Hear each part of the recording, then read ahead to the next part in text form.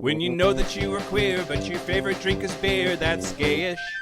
You can bottom without stopping, but you can't stand going shopping, that's gayish. Oh, gayish, you're probably gayish. Well, life's just too short for narrow stereotypes, so it's gayish. We're also gayish. It's Gayish with Mike and Kyle. Hello, everyone in the podcast universe. This is Gayish, the podcast that stays salty because fuck ice. Yeah. That one was from Chase. I like that. Thanks, Chase. That's magical. Yeah. It's true. Yeah. Well, and slugs. Oh, yeah. Fuck slugs. I'm Mike Johnson. I'm Kyle Getz. And we're here to bridge the gap between sexuality and actuality. And today, we're fucking ice. No, don't fuck ice. Fuck ice. Okay. Yeah. All right. Hi. We're here. Yeah, we're doing it. We're doing it. Yeah. We're going to talk about national security. Yeah. And in secret. We're to the internet. We have a guest that's going to come on and share his expertise. Yeah. I think you say his name, Luke Schleusener. Sure. That's what I'm going to go with. For now. Until he tells us. Until he tells us something different. Yep. But that's my linguistic genius at work, Kyle. Okay. You know. I like it. Yeah. Me too. The genius part. Yeah. Hi. Do we have anything to talk about at the top? No. We don't have 100 words. Fucking use my hole, you bitches. Mm-hmm. No corrections or feedback worth saying. Suck it, anyone who's written in. I guess here's the news.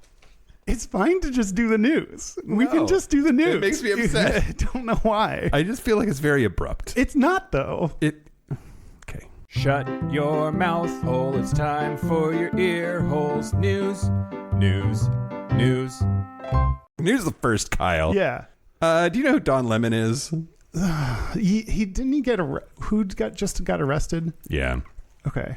So federal agents arrested journalist Don Lemon on Thursday evening, known homosexual. Yeah, I was going to say, isn't he gay and black? Gay and black. And this is part of a growing confrontation between the Trump administration and press freedom advocates over journalists reporting on federal law enforcement actions in Minnesota. Yeah.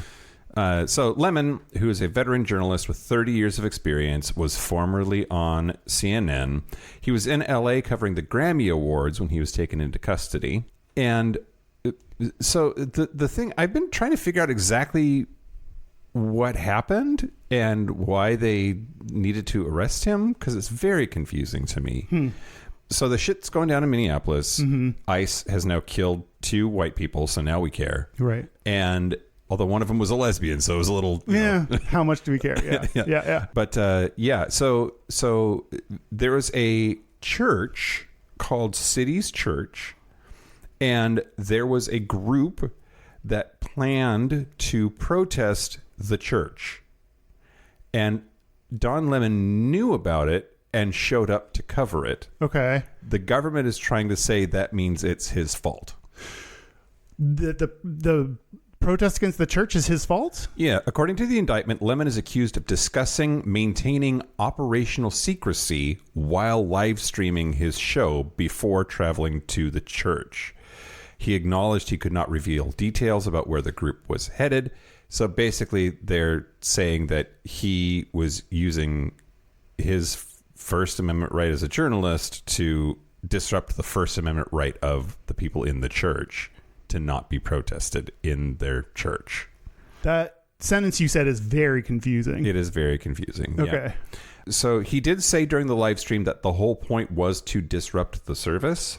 And the indictment claims that Lemon commented on congregants fleeing the sanctuary, including describing a young man who appeared frightened and crying, and characterized the experience as traumatic and uncomfortable, which prosecutors say he described as the intended effect.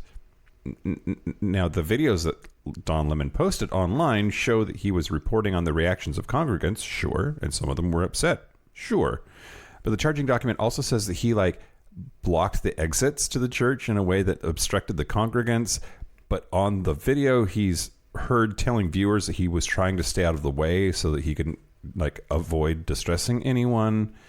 I mean, they're just trying to find anything legal that they can grasp onto to charge someone for reporting on the news. Exactly. I mean, it's it's really shitty and horrifying to like not only what's happening, but the people that are trying to cover what's happening, like that. This is the sign of a dictatorship. Yep. Absolutely. Don't say the emperor has no clothes, Kyle, or he'll take those invisible underwear off and strangle you with them. Yeah. Sure. Yeah, I don't know, man. It's really scary. The thing that's most important here, though, I think, is that Donald J. Trump, the dickbag fuckface asshole in the White House, hates Don Lemon. He has spoken incessantly about how awful Don Lemon is, calling him all of the things that you can expect Donald Trump to say.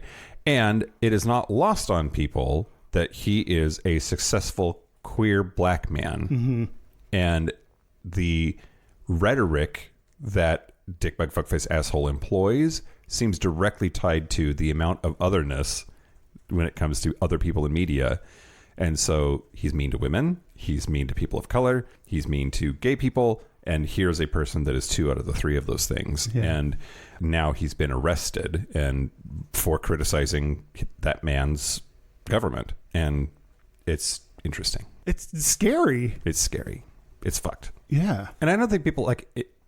There are a lot of people in my life who I think don't understand the double and triple standard that exists for people of color and queer people in this country, and are, because they don't see it, because they're privileged enough to not see it, they can then like convince themselves that it doesn't exist. Like, have a single black person in your life, everybody, and talk to them about how fucked things are, because they are. Yeah. You just don't know it because you don't actually have any black friends. Yeah. Like, it's so stupid. Yeah.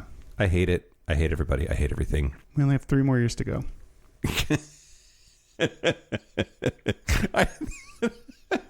My brain immediately went like, what, of the podcast? Wait, no, we haven't. Is that true? No, maybe he means the world is going to end, because that also seems possible. I could have meant any one of these things. Any number of these are my intention. You mean this administration. Yeah. I get it now, Kyle. Yeah. We'll see what happens when this goes to court. He's out now, and he's like, in more ways than one, and he's talking about it, and we'll see what comes of it, if anything. I mean, what we already know, it doesn't matter how this what happens from here on out. What already happened shows that Donald Trump will go after his critics just like a dictator will, and try to silence people that speak up against some of the atrocities that are happening in our country. And this is how you get, I mean, I just said it, like, this is how you get a dictator. This is how you get authoritarian government. This is how he changes the Constitution to get reelected. This is how it starts. And people, I think, give excuses every step along the way until we get there. And what excuse do you have now for arresting a journalist? He might have been standing in the doorway. Any journalist that stands in the doorway gets arrested. Is that how we treat? No. This one particular man who's gay and black got arrested. And has a mouth on him, which that can't be stood for. Exactly. Yeah. Ugh, Kyle. Yeah. We will not be silenced. Yeah. Queer black people will not be silenced. Yes. Yes. Us white people know that. Okay. Yeah. News the second? Yeah. So this one's a little amorphous because there's no like name to the movement that I've been able to find, but a coalition of national and state-based groups have organized a formal challenge to Obergefell v. Hodges, the 2015 Supreme Court decision that guarantees same-sex couples the right to marry in this country, the United States. The coalition includes Them Before Us, the Family Research Council, Focus on the Family, the American Family Association, the Colson Center for Biblical Worldview, the Ruth Institute, she sounds like a bitch, Catholic Vote, and the Christian Medical and Dental Association, which that needs to be a thing, alongside a network of state-level family policy groups. But they have family came up a lot. The word family, that's dog whistle. Family sounds great. And anytime it's about the family, you know they're coming after gay people. Well, and here's the thing, Kyle. They announced on a video that they posted to X and Truth Social their case that this needs to be overturned, and it is very much focused on the children. And it's hard to watch, actually, just because of how, like, you could just feel the people that already believe this shit believing it even more because of the way that it's presented when the arguments are just patently stupid. But there's a professionally produced video and tries to say that marriage equality is not a civil rights milestone, but a policy failure that privileges adult equality over children's needs. Quote, marriage is actually the most basic institution of human civilization. It's not. One speaker says as the video opens. Another claims that Obergefell was, quote, built as a win for adult equality, but created inequality for our children. Why? Because children like now have parents that are married to each other. How the fuck does that, like, if anything, this benefits children? It said that recognize this. It's a woman in the. I don't know who she is, but that says it in the video. But she says that recognizing same-sex couples under marriage law, quote, made our children less than. What the? I don't. How? What the fuck does that mean? You can't just repeat that. It like somebody please think of the children and have that mean anything. Like you're saying nothing. They over and over again. Speakers on the video insist that marriage policy should be centered on what they describe as children's natural right to a married biological mother and father, and that redefining marriage, again they argue, has made mothers and fathers optional in parenting law. Mothers and fathers were already optional because single parents exist. Yeah.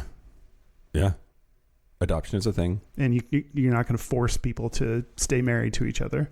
Yeah. I think they would like to. I think they would too. They say that love makes a family. I agree with that part. There we go. Is a platitude that obscures real harm. And... what harm? Jesus, I'm getting annoyed just hearing this. Like, what fucking harm? What fucking harm? Point to something other than your butthurt feelings. Yeah, prove something. Give me some. I mean, I was expecting some like incorrect, outdated statistics or something. No, they're not. They didn't even. They've given up on making up facts, Kyle. They just don't even need them at all. I mean, it's Truth Social. It's just idiots talking to idiots. So, like, what? They don't need to be smart about any of this. Oh my god. What? I'm wondering if a parody site called Falsehood Antisocial would be like, because I think that's what they actually are doing. Or like Sooth Social. Yeah. Should we sign up for Truth Social? Maybe. Sure. We can start posting there. So, we're worried about our TikTok, so we can sign up for both, and then we'll cut the Truth Social one to make it look like that's improvement. That's actually not a bad strategy. Great. Okay, that's it. That's it on that. That's it on that. It sucks. I hate them. We've been saying they're gunning for marriage equality. Everybody's like, no, it's not. It's court precedent. Calm down. But they overturned Roe v. Wade. Calm down. It's fine. It's not fine. Yeah. It's fucking not fine. It was in their plan. This was always the plan. This was always written down and published as their plan. Pull your heads out of your asses, twinks. Get on board. Okay.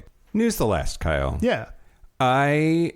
It's sort of a personal point of privilege, I suppose, to put this in the news, especially given that I don't usually do celebrity news. But actress Catherine O'Hara has died at age 71.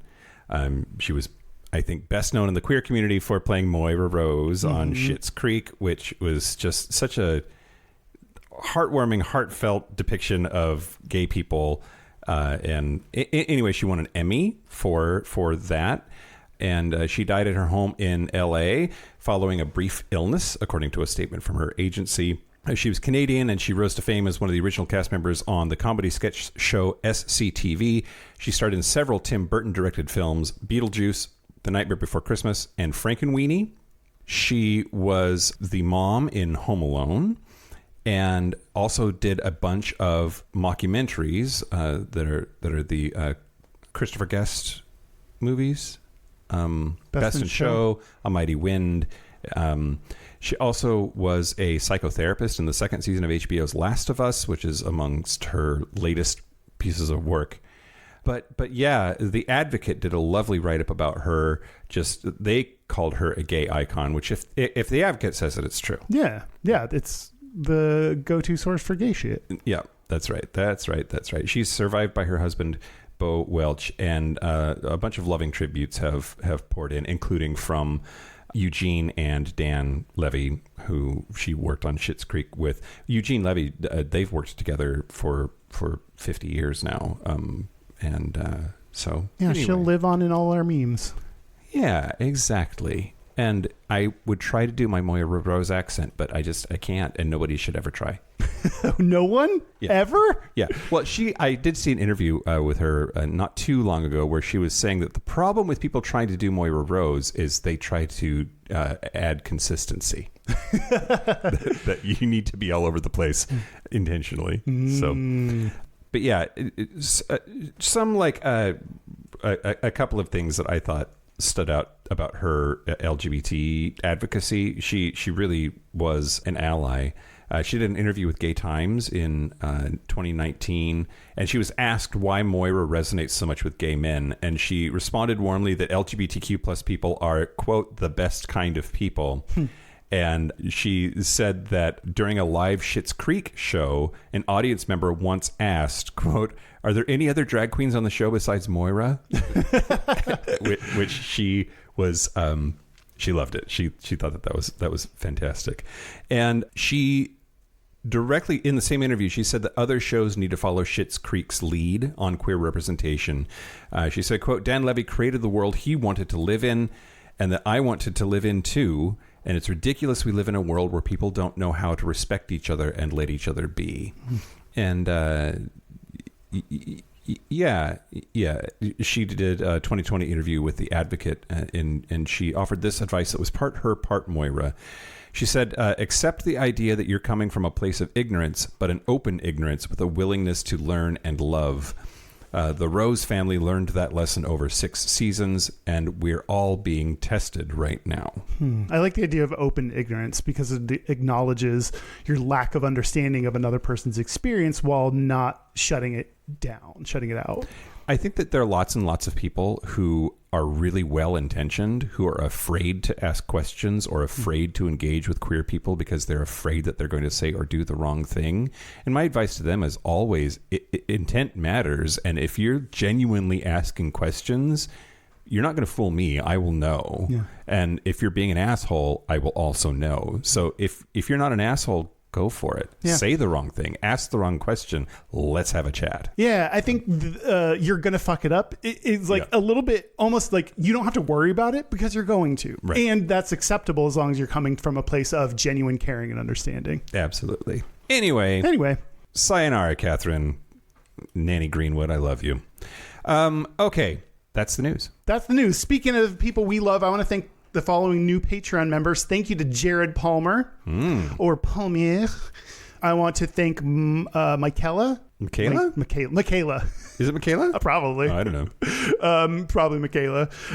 And thank you to Charles Hand. Keep that to yourself. If you want ad-free episodes a day Don't tell me no lies. If you want ad-free episodes a day early, if you want to support the show, if you want to come to our Patreon happy hour, which is on February 4th, which is, well, if you're hearing this on February 4th, you're already a Patreon member. Yeah. But it's at 6 p.m. Pacific. Look for the details in Patreon. But if you want all those benefits, plus if you want to support the show, go to patreon.com/Gayish podcast. Hey, Kyle. Hey, Mike. What do you see? A mouth. Your mouth. Open mouth. Oh, use Mike's hole. Yeah, because it's empty. It is empty. it needs words in it. You should mime stuff to me on podcasting more often. It's great for an audio medium. Yeah. Do it. Okay, do you want to talk about national security? Yeah, let's talk about national security. We're going to have Luke Schleusener on, who has done a bunch of really awesome advocacy work as a queer out man in the federal government who now helps with folks who are becoming the victims of the witch hunt, the second Lavender Scare, as he calls it. Yeah. But yeah, I don't know. Do you know anything about national security, Kyle? I mean, not really.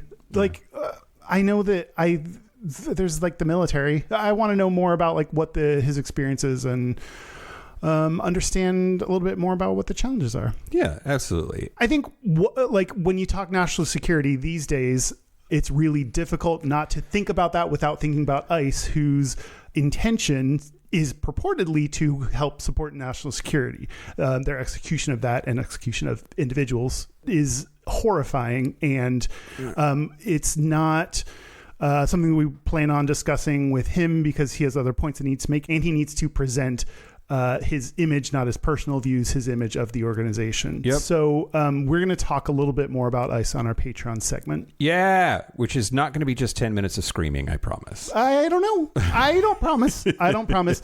I think what's important to say up front is, like, I think ICE needs to be abolished. Their actions are horrifying. They are pushing us towards like this authoritarianism that we talked about in the news, and it's disgusting. And if you support them, I hope you don't listen because I don't like you. Great. That's definitive. Yeah. Glad we talked about that before you threw it out there. I totally agree. I totally agree. Great. So we're going to take a break, and when we come back, we're going to be with Luke Schleusener to talk about ONS and a bunch of other things, national security. Yeah. Should we take a break? Yeah, let's take a break. Let's take a break. This is the part where Mike and Kyle take a break. So are we back? We're back. We're back. We're here with Luke Schleusener. Nailed it. Great. Got a thumbs up. Luke is the co-founder and CEO of Out in National Security, which is the largest LGBTQIA plus national security professional association in the United States. Luke, welcome to the show. Thanks. It's great to be with you guys today. Yeah. Okay. So you said you listen, so you know what you're getting yourself into. I know what I've signed up for. Okay. And given the weather in D.C. right now, who doesn't want to go on a little Sunday fun day adventure with friends? Oh, yeah. Yeah. Is it like, it's like super ass cold, right? It is super ass cold, and our blessed southern city has decided to do as little snow removal as possible. So everyone is starting to get Muppet cabin fever. Oh, yeah. It's a good time for a podcast recording. That feels like, cozy and warm up next to us and our ears. Exactly. Get yourself a hot toddy and just listen. Let's talk about the totally chilled subject of national security. Oh, exactly. Never a dull moment. To start off, I mean, Mike gave a brief overview, but can you tell us a little bit more about Out in National Security? Sure thing. So ONS is 6 years old. It does what it says on the tin, recruit, retain, promote LGBTQIA folks across what people in the field would call the national security enterprise. And that's all of the federal government agencies, but also all the companies that work with the federal government. Bring more queer people into those, get them promoted, change law, custom, and policy, which we've done a fair amount of. Happy to talk about that today. And then we do public education, public engagement, and we do partnership work. So like I work with veteran service organizations, I work with faith groups, I work with trade unions, do a lot of different and interesting things, especially right now as the second Lavender Scare gets worse and worse and you need all of your friends. But we also have all the same enemies. I had the idea for Out in National Security when I was at the Pentagon. I was a presidential appointee for the Obama administration from 2012 to 2017. In that period of time, Don't Ask, Don't Tell had been repealed. Don't Ask, Don't Tell banning queer people from serving in the military. So for many people in the Pentagon, I was the first gay person they knew, which was a perpetual experience of macroaggression Monday.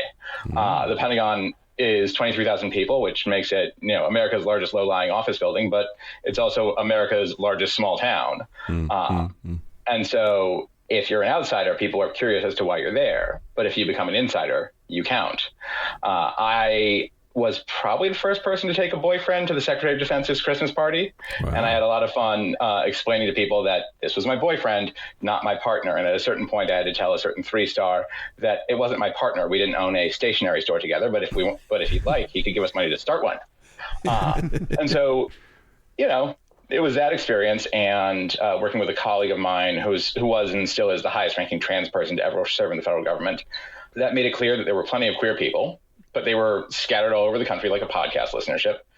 And life for us could get incrementally easier if instead of us each fighting our own individual battles in whatever office we were in that was too air conditioned and had too many PowerPoint slides, we all talked to each other and we could all help each other. So it's Department of Homeland Security, the NSA, or is the NSA under DHS now? So the broad umbrella of federal agencies that we cover, it is the intelligence community. So your friends at the CIA, and then a bunch of other 3-letter agencies that no one's heard of and no one needs to think about. The NSA that you just talked about is part of DOD. DOD. Okay.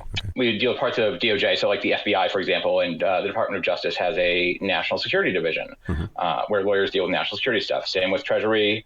Obviously, we included the Department of State and USAID, RIP, and the Department of Veterans Affairs. One thing I'd want folks listening to know is that by itself, the United States Department of Defense is the largest LGBT employer in the U.S., and the VA, the Veterans Affairs, is the largest queer care provider. It directly provides healthcare to 2 million LGBTQIA plus veterans. And unlike the Department of Defense, did not have Don't Ask, Don't Tell, and so has a much more comprehensive sense of how you take care of queer people than most large entities do. So that is sort of our federal universe, if that makes sense. I don't want to rattle too much on the VA, but Sure. There's a bunch of stuff going on in like the gender affirming care world right now with them. Yes. Right? What's the latest there? Lots of different bad things are happening. Yeah. So the Obama and Biden administration, and to some degree the first Trump administration, because they just didn't notice, put in a series of directives for gender affirming care. Of how you treat trans, non-binary, and gender non-conforming folks when they show up to get care that they are entitled to because they served in the U.S. military. The current administration ripped that all out.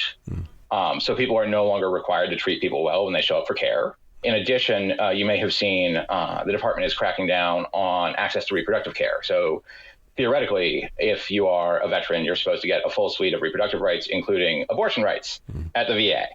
That is now out of the question. So they are trying to shove back into the closet all the trans people at the VA. There are about 135,000 trans veterans, we think. It is very hard to get precise numbers for that, but that's a lot of people to screw over. And I will also say, the VA is made up of people who care about doing their jobs and care about doing it well. And one of our partner organizations has an unmet care needs fund for all the people who no longer feel safe to go to the VA and get hormone replacement therapy, or talk about their military sexual trauma, or talk about the PTSD they have from serving in Iraq and Afghanistan, because all those people have to go somewhere else. I will also say we've been lucky. We've worked with a lot of state and local governments in the last year to make sure trans folks who otherwise could get care at the VA can get access to gender affirming care somewhere else. Yeah. I imagine that's a really terrible way to find out your doctor is an asshole, though, to like have the policy change and now suddenly they're mean to you because you are gender nonconforming. Oh, yeah. I mean, it's also just like a bad signal. It is the same thing as, you may have seen the story about the FBI agent who got fired for having a pride flag. Yeah. It's just a bunch of dumb bullies saying you don't belong, even though, one fact that I like to hold close to my heart and in my head is, as of today, they've kicked more trans people out of the U.S. military who know how to operate a machine gun than there were people convicted of insurrection on January 6th. Wow. Okay. Wow. Should I get a gun, Kyle? No. Do I need a gun? I absolutely do not think you need to get a gun. Oh, well. Oh, God, no. Yeah. Most people who have guns end up shooting themselves or someone they live with and not an intruder. Yeah, I know. Yeah, the statistics are not on your side for getting a gun. They're not on the side of you're going to defend yourself against the government. Fine.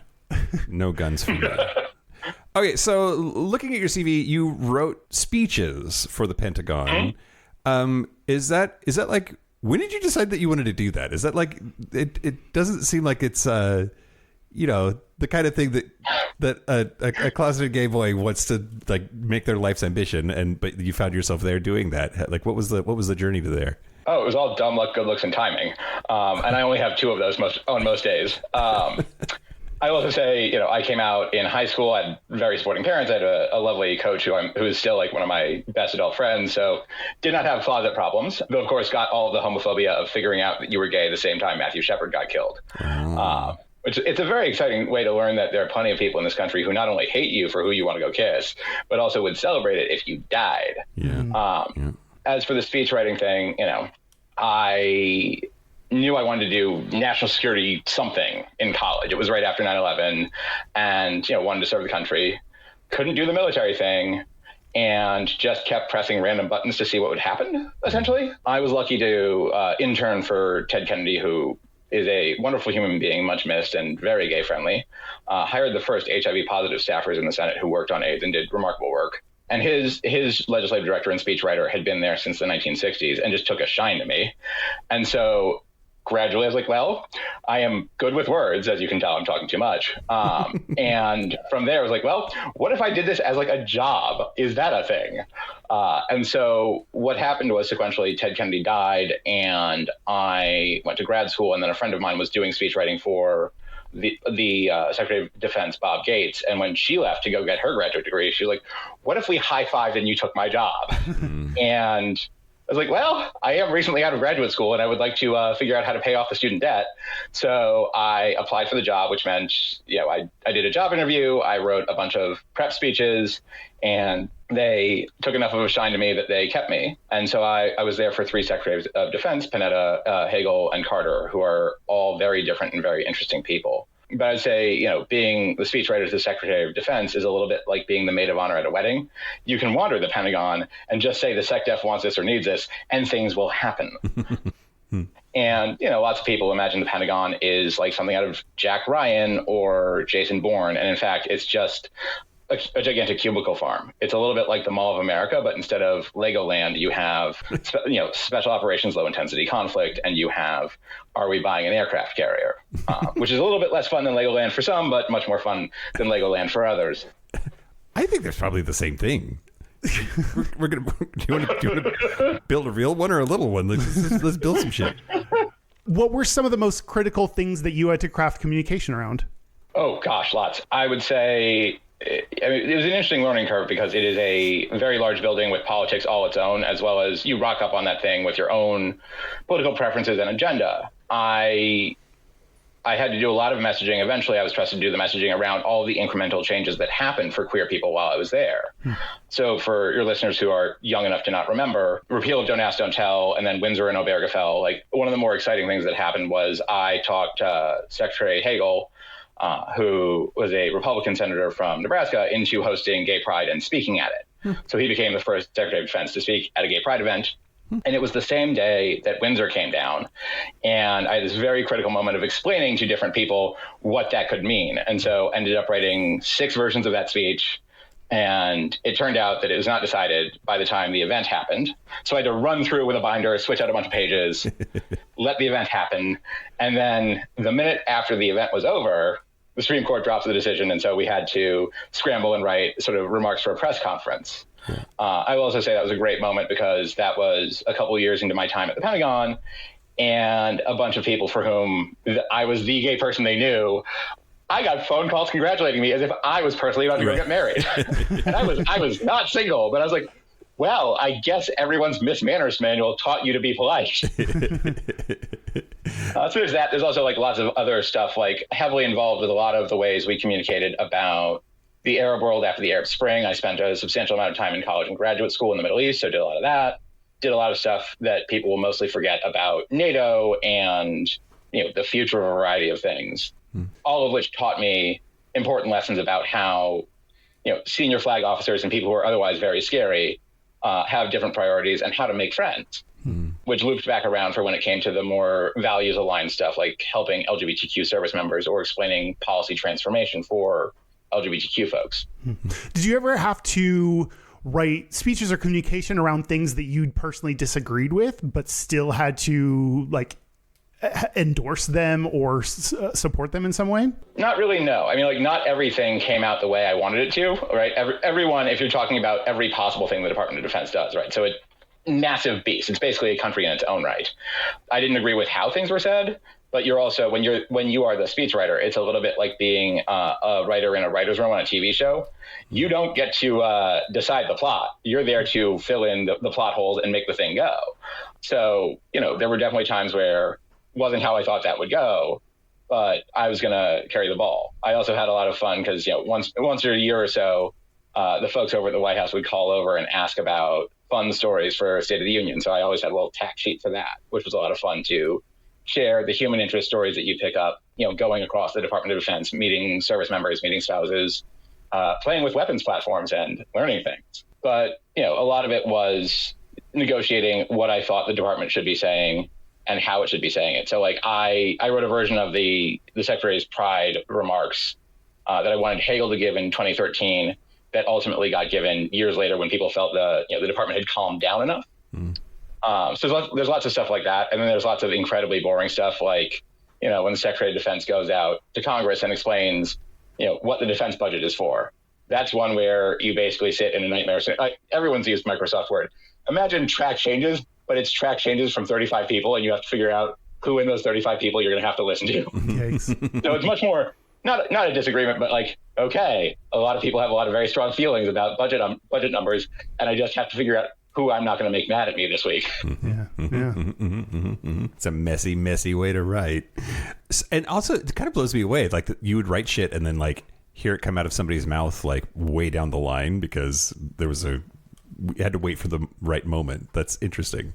Yeah, it is, but it's also, I guess my endurance hanging out in the department and persuading people that I was right in what we're going to say and how we're going to say it, which is one of the really interesting and important things to think about now, especially when, various people in the current administration seem to just say whatever comes to their mind between, the fingers of their iPhone without any sort of sense or process. I was involved in communications written about, classified military operations, and those went through lawyers, all sorts of other things where you're okay, how do I release this and do I not get in trouble?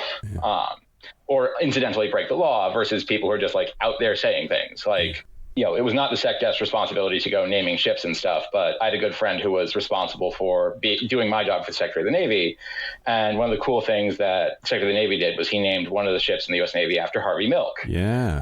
Harvey Milk's a U.S. Navy veteran. And so that ship was laid down. And then this administration got up one morning having, not had enough whiskey or gin, depending on what you think our current SecDef does first thing in the morning, and decided to rename the boat. Yeah. And just annals of impulsive pettiness and lots of stuff like that. I think about when we set up ONS, one of the incentive points was the first trans ban. I'd worked on the end of the ban on trans people in the military the first time, which was politically delicate and incredibly complicated and required extraordinary patience. And that bridesmaid's energy of just rolling into meetings SecDef wants me here. I am now in this task force because I was the only queer person available. And I got to spend a lot of time explaining to different people, that is a transvestite. That is a drag queen. This is a trans person. This trans person serves at Fort Bragg. And right now it's not okay for them to use the bathroom on base. So can we please work on this? And, because I'd been there long enough and also I'd gone to their kids' baptisms and all sorts of other things. People were well, I guess he's a respectable one. We can trust his advice on this issue. One of the good ones. Yeah, one of the good ones. Yeah, exactly. Nothing like trading on that. But yeah, it's the first Trump administration, the trans ban was announced via tweet, and I remember getting 2 different phone calls at the same time on 2 different phone lines. One from a friend who was a journalist at the Pentagon, and another friend on the Joint Chiefs. It's there were 17 tweets in this thread back when Twitter was trending, and between tweet 16 and 17, it could have been anything from, and I've declared war on North Korea, to banning trans people, to and that's why I'm having a Big Mac for lunch. And so I had these 2 different people on mute on 2 different phone lines being fuck, what's it going to be? Yeah. And in both cases, each of them being this is going to ruin my day. What the fuck? Yeah. I wanted to pivot a little bit. You mentioned in things that I've read and in the chat today with us about the second Lavender Scare, and I want to dig into that a little bit. The original Lavender Scare from the 50s was a byproduct of McCarthyism and sort of routing out communism, and a lot of gay people, gay men in particular, were kicked out of the federal government on the idea, as fucked up as it was, sounds sort of like the premise kind of makes sense, that it's about national security, because if the Soviets were to find out that this person was gay and closeted and in a high power position in the federal government, that they could leverage the very real threat of outing them in order to accomplish nefarious goals. So, and again, as fucked up as it is, because there were 0 examples of that actually happening, but at least it sounded plausible. Is there any plausible argument for what's happening now? Are they still trying to tie it to national security? Has that sort of kernel of premise changed at all? What's true now these days?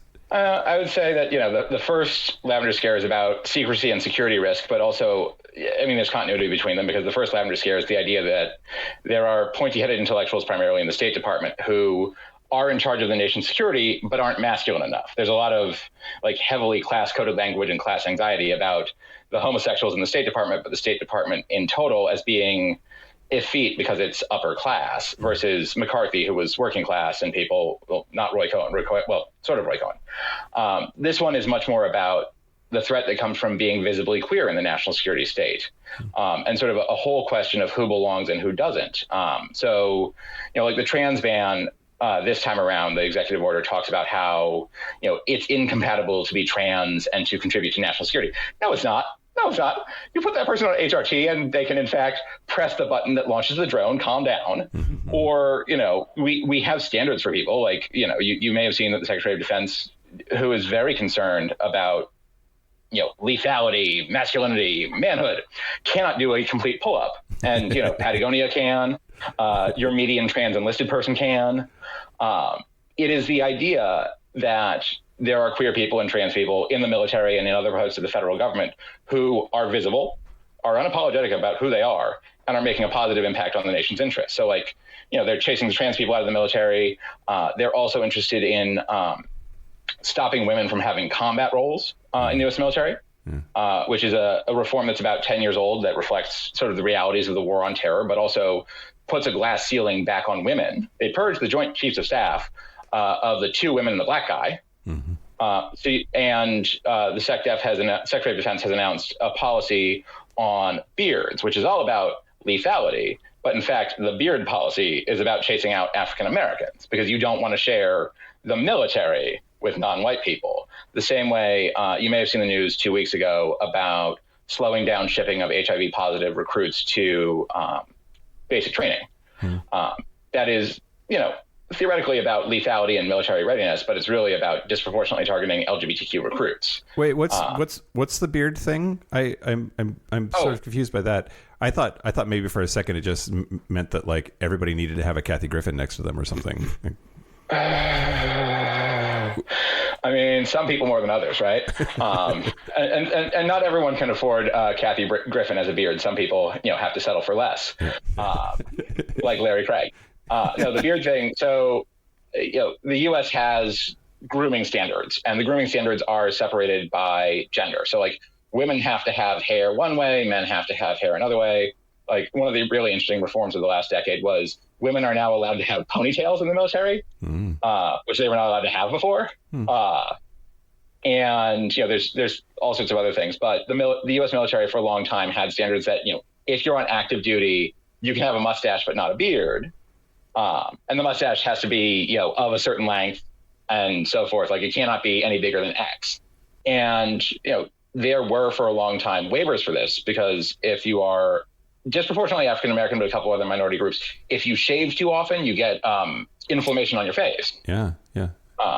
And that is, not good for your health or your well-being or your self-image. And so people could get shaving waivers. And then over the last 5 to 7 years, the military started letting some people have beards, originally under a religious waiver for people who were following Thor, which I have a lot of questions about, but decided not to ask. And then it became sort of just more broadly, as it turns out, it doesn't matter if you have a beard, if you still can show up and make height and weight, and, because officer promotions are like getting a review at work.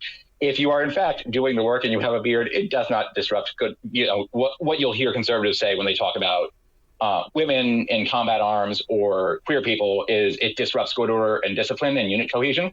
And like, after 20 years of the war on terror, it's pretty clear that good order and discipline and unit cohesion don't depend on everyone looking the same. It depends on everyone finishing the job. And finishing the job can include people who are good at cybersecurity and have a beard, and it doesn't matter. I feel like I would be very, very distracted in the best way by a Thor worshiper in my unit, though. Just like I would have a hard time paying attention. I would recommend to you, there's a, get on Instagram and look for the NATO Viking. There's a NATO public affairs officer who I believe still has that as his handle, and, looks like a lesser Helmsworth, but is still a delight. you've talked, as we've been discussing, about some of the stereotypes of national security, that it is masculine, that a lot of people are like, dudes need to be here and be dudes. Has it improved or changed over the time that you've been involved in it, or has it stayed largely the same kind of stereotypes and assumptions that people have? So over the course of my time in it, it has gotten better. Okay. That's good to hear. So to give you sort of an example there, when I joined the Pentagon, a colonel who spent about a generation in the military, and then generals who'd spent 30 years in the military, had joined from small town America, in the 60s and 70s. And their sort of idea of what America is, that clock stopped in 1962, 1968, 1972, that sort of thing. By the time I left 5 years later, a colonel had joined the U.S. military after the real world season in San Francisco. So more people knew they knew a queer person. More people had been in combat in Iraq and Afghanistan and had a perfectly fine time with a woman in special forces, with African Americans. And, for good or ill, the U.S. military is the rare thing where equal pay gets equal work, and the rare place where it's probably America's most successful multiracial organization, which is why certain people are interested in taking a tack hammer to it and making it not work and alienating people. I will also say, I had this Last Supper kind of thing before my first day at the Pentagon with a bunch of my friends from Ted Kennedy's office, who are all, so they're domestic policy people. Some of them work on, at the Securities and Exchange Commission. Some of them work elsewhere. Lovely people, care about government. And they were very concerned for me going over because, I went to Wesleyan. I'm, a full range of emotions and character. And I know how to apply, a good smoky eye in a wig. And so, and they were like, on the one hand, scary. On the other hand, we assume the Secretary of Defense will roll around the Pentagon like Darth Vader. So if people fuck with you, it'll be fine. And what I actually found out to be the case is, most people in the armed forces, and then, out of the armed forces, because the Pentagon civilians largely are veterans, with a little exposure, people are pretty reasonable, and we're getting better. Before the current administration, I want to say something like 1 in 5, officers in the special forces are female, which is a staggering jump. That was something that was barred to women a decade ago. And the idea that many women qualify for it and stay in the field is a remarkable transition. And all this stuff was, not being digested, on command, but, it's a gigantic organization that is very slowly evolving, but it's made up of people who volunteer to show up. And right now, something like 1 in 7 Americans can't serve, either because they're overweight or other disqualifying factors. And the military, when you are exposed to people, will just go along, get along. I mean, there's still plenty of friction points and complexities, but, the average officer's attitudes were changing in the last decade and, continue to change. But it's sort of people beyond that first ring who have a negative reaction. Like Pete Hegseth is, I want to say he's an Army Guard major, which is, sounds impressive, is not impressive. I know plenty of people who became majors through, direct commission and spending the better part of a decade in combat who, are completely unfazed by the idea of serving with a trans person or a woman or, a trans Latina in cybercom, for example, right? Like it's, if you guys may have seen the event last month at the Human Rights Campaign, and Stan McChrystal, who's a sort of a famous hardline general who was the commander in Afghanistan for Obama, got fired for getting drunk and talking shit to Rolling Stone. But someone who came out of Special Forces, which is a very, very doctrinaire community, went to this special retirement event for the trans people who were retiring out of the military, not because they want to, but because they're being pushed out. And, spoke at the event, spent the entire time on stage. Stan McChrystal is a retired 3-star. So this is an indication of what his perception of Army values are, which are a big deal, and his perception of personal risk and political risk at a time where, the current administration is struggling in terms of achieving what it wants to reshape the military to what you see in TV, right? Like if you ask the average American to imagine a service member, they will imagine a burly white dude who looks like Chris Pratt from Zero Dark 30. When in fact, the U.S. military, as we get closer to 2030, is going to get closer and closer to parity male-female. But people It's the people who have a pop cultural conception of the military and get mad when the real military is not that, because the real military, includes a lot of Latinos, Asian American, Pacific Islanders, lots of other people who are not, the person who shows up in a TV show. The same way that, people elected Ronald Reagan because they remembered Ozzie and Harriet and not because they wanted to live in reality. Fucking reality, man. It always ruins everything. Oh, complexity is so hard, but I am so fascinated by the fact that, first Lavender Scare kicks off, same time as Gentleman Prefers Blondes hit theaters, and keeps going until To Wong Fu, Thanks for Everything, Julie Newmar. And here we are again. Bunch of people can't mind their own goddamn business. Like, the same reason that, like, okay, you don't like gay marriage, you shouldn't get one. Like, yeah. I am, as an adult, I have a mortgage, I have a day job, I have friends. How do people have this much time to mind other people's business this aggressively? Like, have you considered getting a non-threatening hobby like, I don't know, Warhammer or baking? You mentioned in your bio that you had been working to help get benefits for survivors of the Lavender Scare, and that's something that I hadn't considered. Like, there are survivors of that need help, support, resources, what have you. Can you talk a little bit more about that effort? Oh, sure. So, the Fellow Travelers version of Lavender Scare ends in the 50s, but like the band kept chugging along until the mid 90s. And, I've mostly done this out of government, and what the approach has been is all of our partner countries, our closest allies in the world are the UK, Canada, Australia, New Zealand. All of them have done some version of this. And because I'm a former Pentagon official, I talk to their senior defense people and their senior military people, but I also talk to their gay activists who've been successful. At the end of the Obama administration, John Kerry apologized, but there was no money. All of these other countries have apologized and done money. And, I'm in touch with a couple of congressional offices and sort of advocate for sort of a rubric built on lots of other examples of when the U.S. government has done wrong, it apologizes with money. So, the U.S. paid back victims of Japanese internment and black farmers who were discriminated against in terms of agricultural payments, and people who were survivors of the 9/11 attacks, for example. Those are all categories of the government done bad. Here's some money. So there's a pay scale for it. The issue with pursuing a lot of stuff legislatively for the last decade has been, Congress is narrowly divided, and this is a big ticket, big lift item that requires Congress to act. And with thin majorities, it's less of a priority. But I will say a thing that makes me optimistic about this and about other work that we do is in Congress, for the committees that oversee the State Department, but also for the committees that oversee the armed forces and the intelligence community and the appropriations committee, the people who decide how we spend the money, have all moved closer to me and closer to queer people on, we did a bad thing and we should do more than just say we're sorry and move on. Mm-hmm. But there are a whole bunch of people who are traumatized, right? So there's people who, got somewhere into the government pipeline and got caught for being gay and had their careers destroyed. There's people who got, had a career that got smashed partway through. Like, it is wild to me to think that contemporaneous to Ellen being on the air, you had to code switch when you went to work at USAID or the State Department or Treasury or DOJ or DOD or.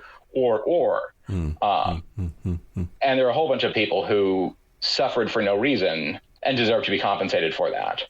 And it's important because, I can joke and say, yes, America should apologize with money, but given that we are in a backlash period, the more symbolic and substantial maneuvers you make to atone for the first Lavender Scare, it makes the second one, the third one, the fourth one harder to do because there is precedent.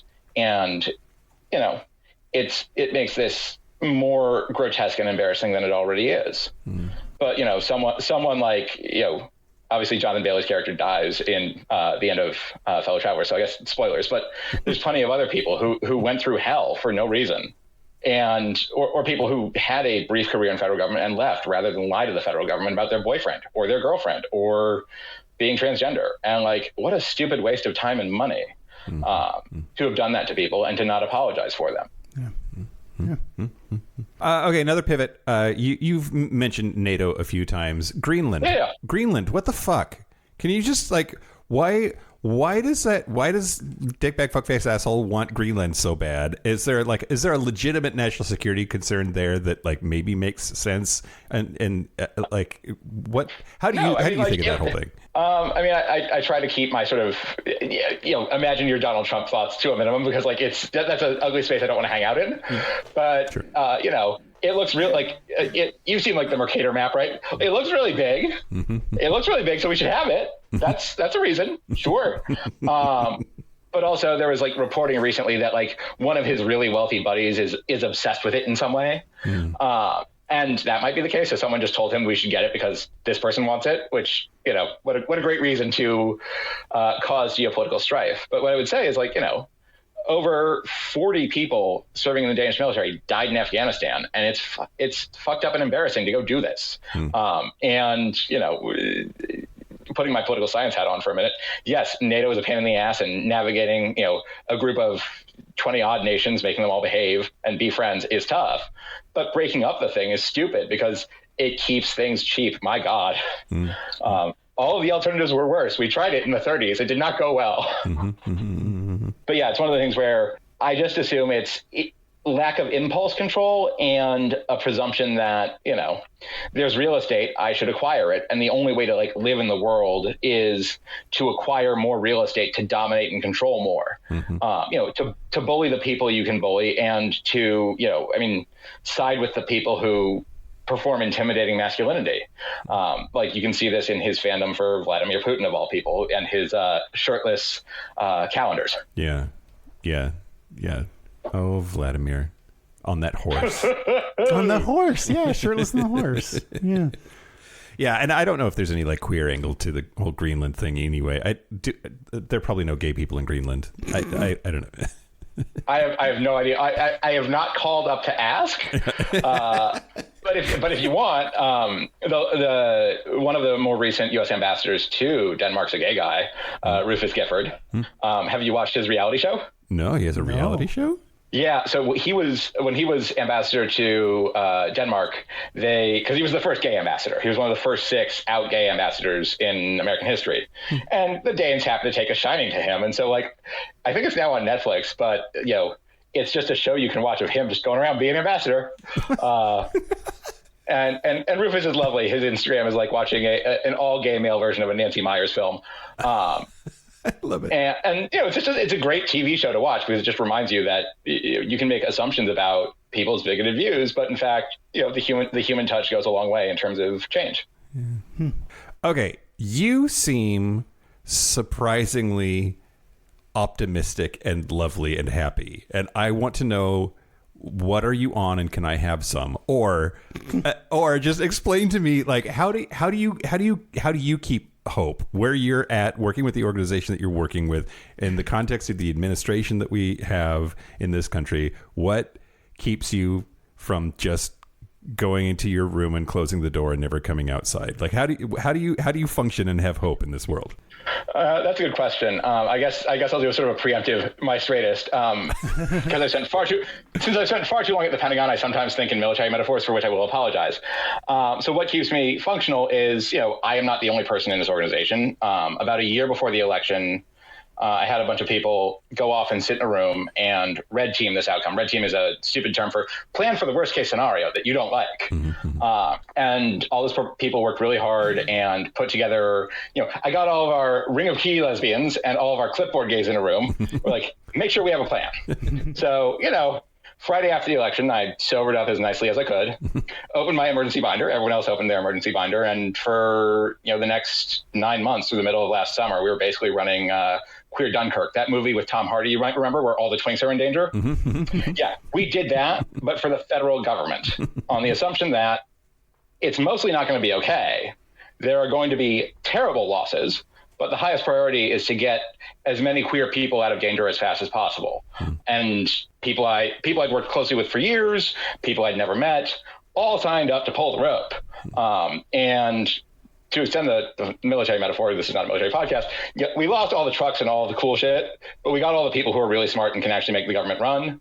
And because I am stubborn to the point of mulishness, for those of you who remember World War II in movies, starts with Dunkirk, ends with Band of Brothers / Saving Private Ryan. I am planning for D-Day, and I will get there. We have had more volunteers than we've ever had. We have shifted from being an all-volunteer org to probably sometime this year we'll have more than $1 million. And even when, I could describe this as a sliding backwards into authoritarianism, we have lots of different partners and allies who share values internal to the U.S. and external from the U.S. who are helping. So ONS has a civil society coalition of 60 some odd groups. And, I learned a lot from ACT UP. These, it's small d democratic.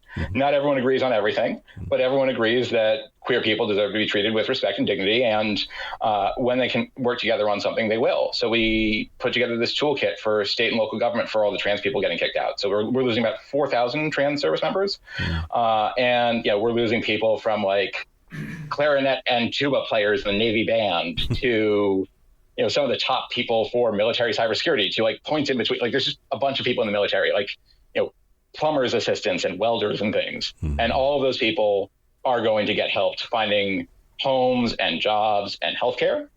And this sort of broad mishmash coalition that includes, everything from religious organizations to, veterans organizations I would not think of as very gay friendly is great for things like litigation.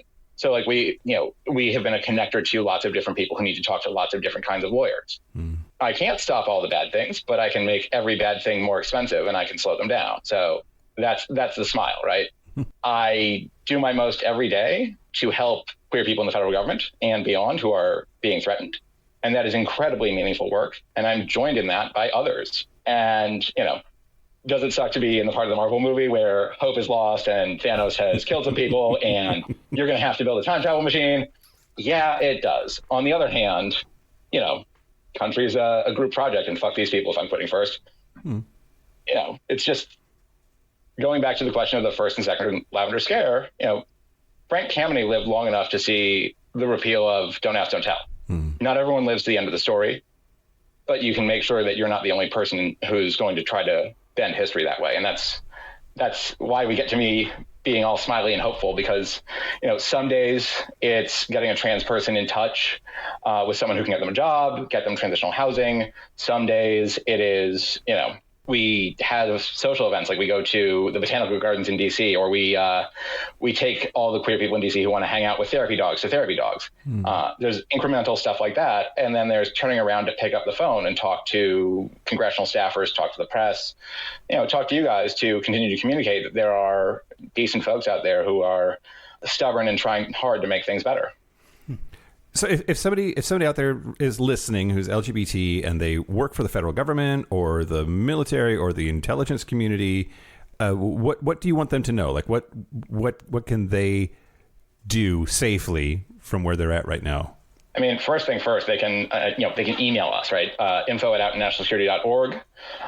We've gotten more requests for help and more questions in the last year than any time before, and we've gotten pretty clear guidance we can share in terms of, how can you organize in your workplace? How can you self-advocate under the circumstances? What is speech? At the start of the administration, the federal government shut down all of the federal employee resource groups. That is, all the places where you can feel safe as a queer person in the federal government. And we cannot entirely replace that, but we are the splendid substitute. And we've had a bunch of queer people volunteer to, keep those communities in place and keep those communities running, even when people feel isolated and threatened and under immense stress, as they should, because these are people who happen to be really good at like aeronautics, or they're a specialist in water rescue for the Coast Guard or whatever, and the federal government should keep them, and the federal government is banging a drum saying, we don't want you, you don't belong, get out. It is asking people who are in the government right now to stay if they can and find ways for them to leave if they can't, but also to encourage them to understand that this is temporary bad weather and the government belongs to them as much as it belongs to anyone else. Something that gets reported about you pretty regularly is that you read a shitload of shit, but that you don't read biographies. What are you reading right now? I mean, I do sporadically read biographies. I try not to be sort of like boomer dad, right? What I am reading right now, I usually have like too many books going. So what I'm reading right now, I'm listening to an audiobook called A Tip for the Hangman, which is about Christopher Marlowe, who's a Elizabethan playwright, famous gay man who was also a very important spy. And so it fills in his adventures, coming out in college, kissing boys, and committing espionage. And I just started the new James Baldwin biography, which I got for Christmas. So that's what I'm reading right now. But I try not to read politicians' biographies. I try not to read sort of standard Washington books because that is boring. And also, I could read that for work. Yeah. And if I'm not getting paid to read someone's biography, I'm not going to, I'm not going to read, I'm running for president, buy my book. Yeah. Okay, cool. Do we do it? We did stuff. Yeah. Okay. Certainly did things, folks. So should we take a break? Yeah, let's take a break. Let's take a break.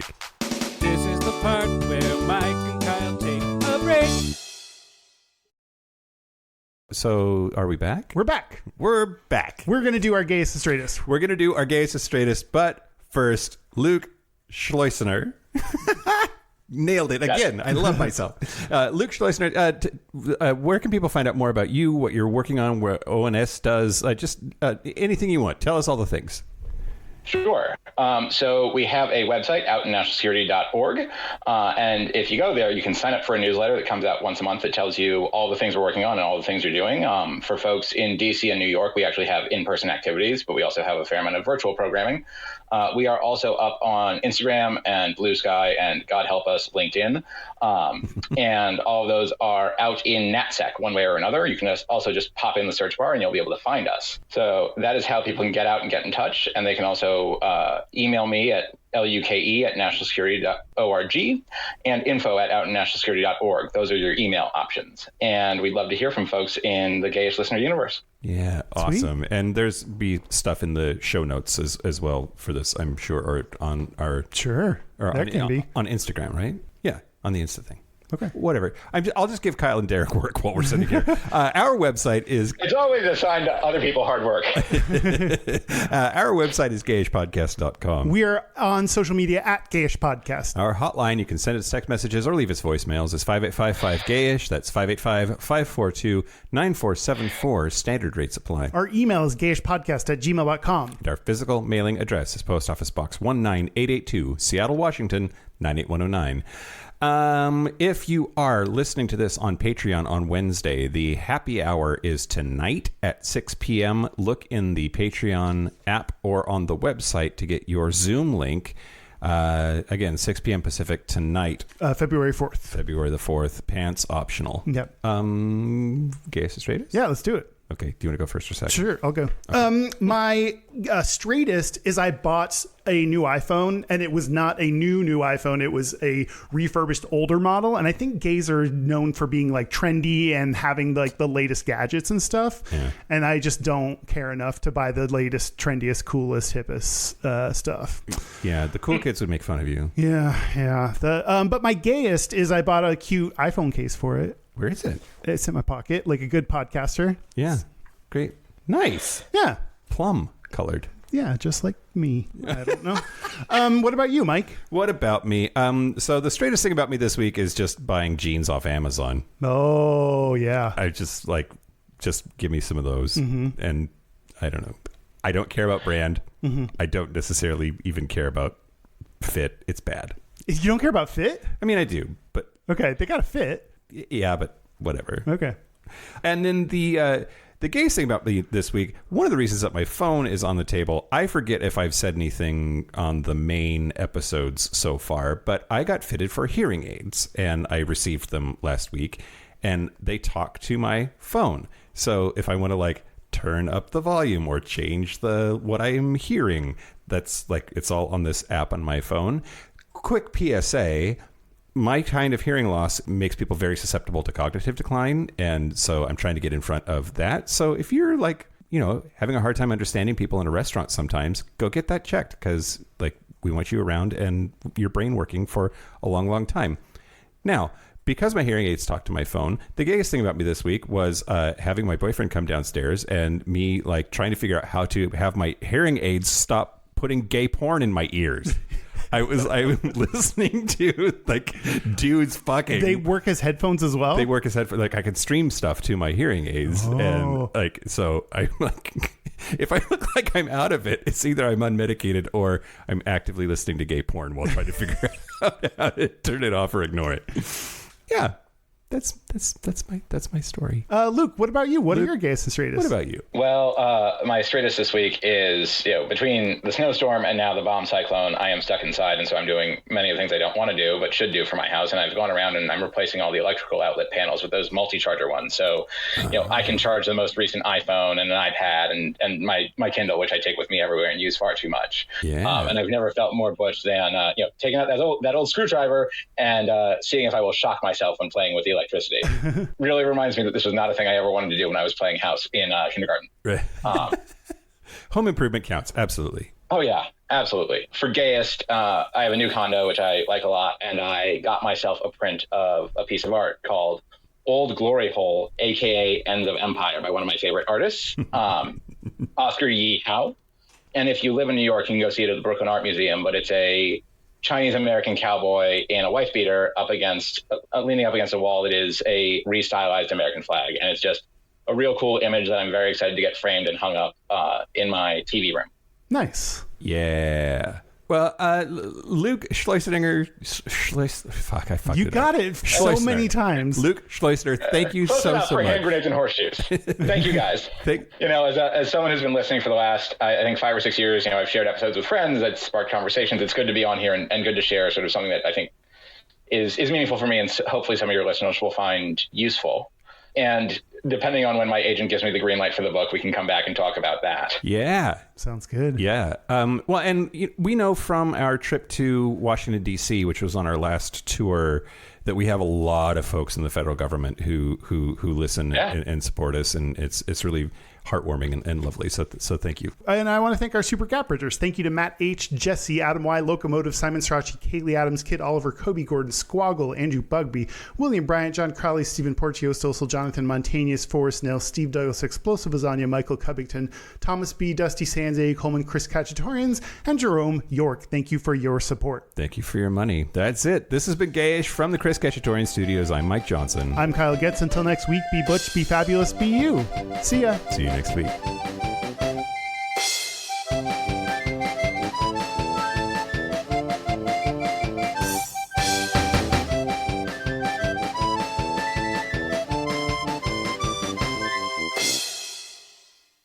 First, Lavender Scare is trying to make queer people disappear quietly, saying that we couldn't be trusted and we couldn't be known. The second one is all about making us disappear loudly, shoving us back into closets and, trying to encourage people to commit suicide. In both cases, it's, saying that queerness is incompatible with citizenship and with being an American. And, it's deeply unsettling. And then in this moment, the thing that gives me hope is that plenty of non-queer people find this as repulsive as queer people do. We are going to push on those boundaries and we're going to make sure that queer people stay.